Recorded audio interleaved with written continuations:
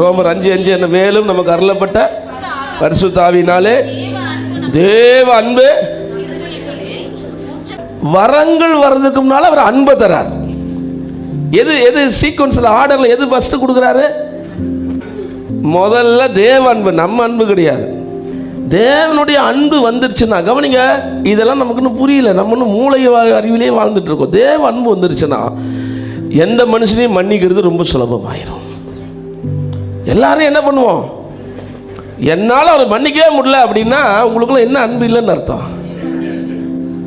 Simple simple. தேவ அன்பு வந்துச்சுன்னா, இயேசு சிலுவையில் முதல் வார்த்தை சொன்னார் பார்த்தீங்களா? என்ன சொன்னார்? இதாவே இவளுக்கு மன்னியும். 3 வருஷம் அவங்கள பார்த்தார், 33 வருஷம் பார்த்தார். அந்த 3 வருஷம் தான் நம்ம பைபிளில் ரெக்கார்ட் பண்ணியிருக்காங்க. ஒரு நாள் அப்பந்திமா, அடுத்த நாள் கள்ள தூக்கி எறிவான்.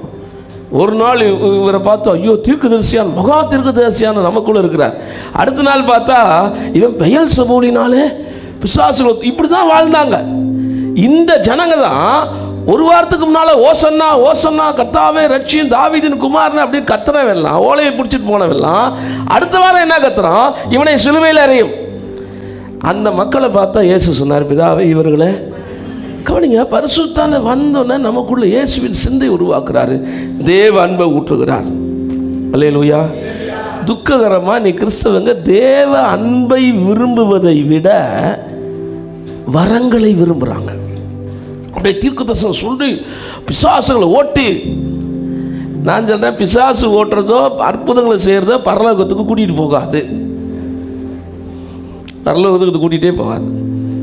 நீங்கள் 1000 பிசாசு ஓட்டிகிட்டு நரகத்தில் போய் உட்காந்துருக்க முடியும். தீர்க்கதரிசனங்களை அப்படியே அக்யூரேட்டாக சொல்லிட்டு, யார் அந்த பச்சை சட்டை, இதை விசுவாசிக்கிறோம், இதெல்லாம் நம்ம விரும்புகிறோம், நானும் அப்படி நடக்கணும். ஆனால் பைபிள் சொல்லுது, அதெல்லாம் பண்ணால் கூட பரலோகத்துக்கு போகிறதுக்கான சான்ஸ் ரொம்ப கம்மி. நீ தேவனுடைய அன்பை உள்ளத்தில் ஊற்றுன தேவ அன்பை உன் வாழ்க்கையிலேருந்து நீ மற்றவங்களை காட்டாட்டி பரலோகத்துக்கு போகிறதுக்கான சான்ஸ் ரொம்ப ஸ்லிம், ரொம்ப கம்மி அப்படின்னு அர்த்தம். பரிசுத்தர் வந்தால் நம்மை புதிதாக்குகிறார், நம்முடைய வாழ்க்கையை புதுசாக்குறாரு.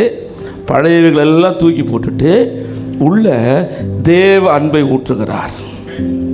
அல்லேலூயா.